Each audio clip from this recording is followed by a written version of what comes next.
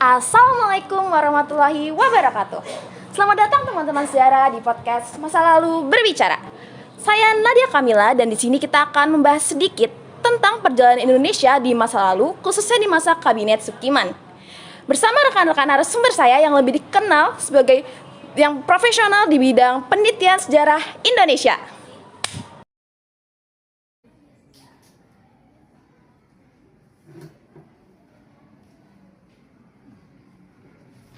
Halo teman-teman sejarah, kita sekarang udah masuk ke segmen 1 yang dimana di sini kita mau ngejelasin ke teman-teman sejarah semua tentang siapa aja sih Perdana Menteri yang menjabat pada Kabinet Sukiman.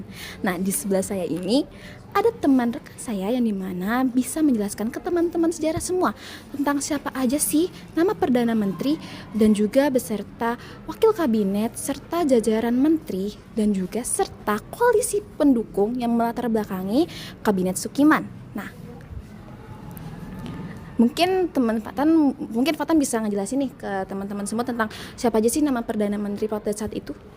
Oke Nadia, terima kasih. Jadi untuk Kabinet Sukiman itu sendiri, Kabinet Sukiman merupakan kabinet kedua setelah bubarnya Republik Indonesia Serikat yang biasa disingkat RIS, yang dipimpin oleh Perdana Menteri Sukiman Wejo Sanjojo dari Partai Masyumi.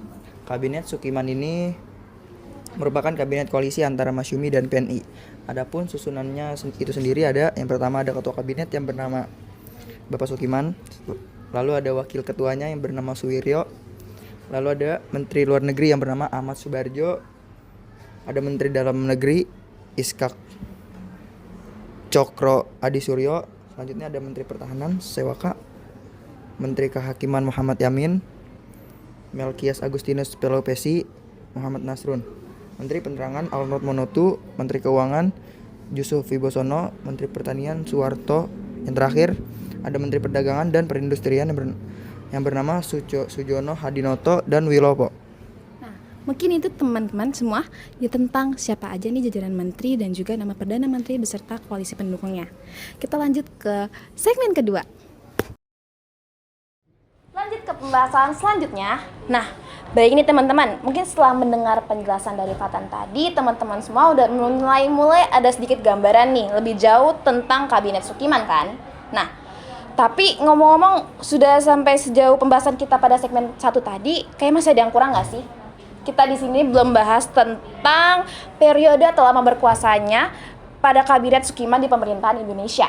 Nah, untuk rekan saya selanjutnya ada Zakia yang akan menjelaskan tentang lamanya berkuasa pada Kabinet Sukiman. Boleh nih tolong dijelasin. Nah, boleh banget dong Nadia. Mungkin sebagian besar dari teman-teman sejarah udah mendengar latar belakang ataupun susunan dari Kabinet Sukiman. Tapi tenang aja, di sini saya tuh nggak akan ngejelasin panjang lebar karena saya cuma ngejelasin berapa lamanya susunan kabinet ini berkuasa. Nah, kabinet ini berkuasa selama kurang lebih 1 tahun. Nah, dimulai itu dari tanggal 27 April 1951 sampai dengan 3 April 1952 menurut keputusan Presiden Republik Indonesia nomor 80 tahun 1951. Oh, berarti kurang lebih Kabinet Sukiman itu berdiri hanya cuma selama 1 tahun aja nih teman-teman. Nah, masih banyak yang belum kita ketahui. Kalau gitu kita ulik lebih lanjut ya.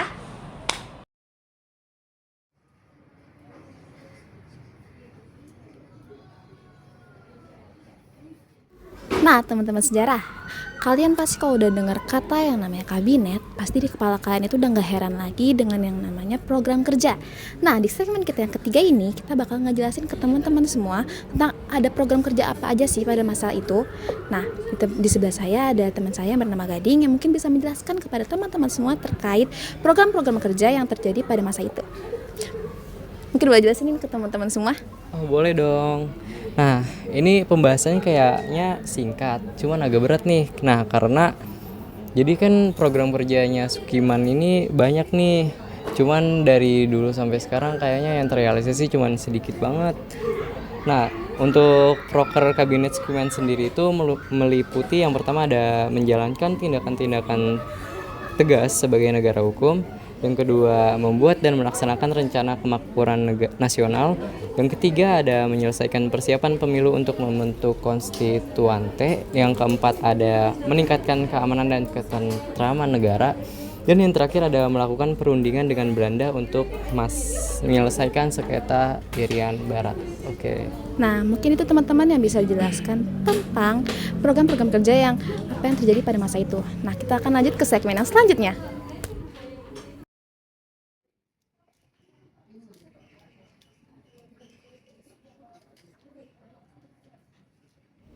Halo teman-teman sejarah, kita sudah berada di segmen terakhir nih, yang dimana segmen terakhir ini segmen yang cukup memilukan, yaitu jatuhnya Kabinet Sukiman.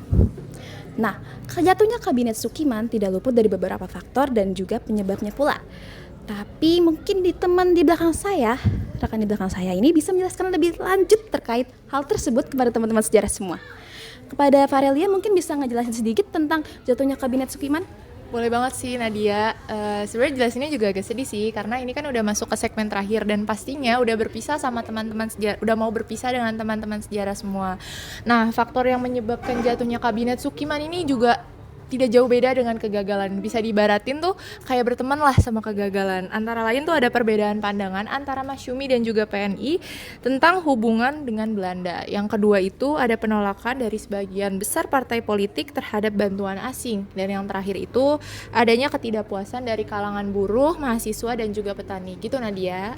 Oke, mungkin itu yang bisa kita jelaskan ke teman-teman semua terkait jatuhnya Kabinet Sukiman, teman-teman. Nanti kita lanjut lagi ke penutup. Nah, teman-teman sejarah, kita telah menjelajahi masa lalu pada hari ini. Tetapi, sejarah bukan hanya tentang masa lalu, tetapi sejarah adalah kita di masa kini.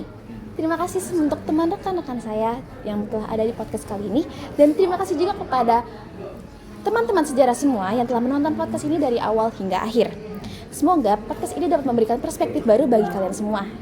Nah, akhir kata dari saya, sampai jumpa di episode Masa Lalu Berbicara. Wassalamualaikum warahmatullahi wabarakatuh.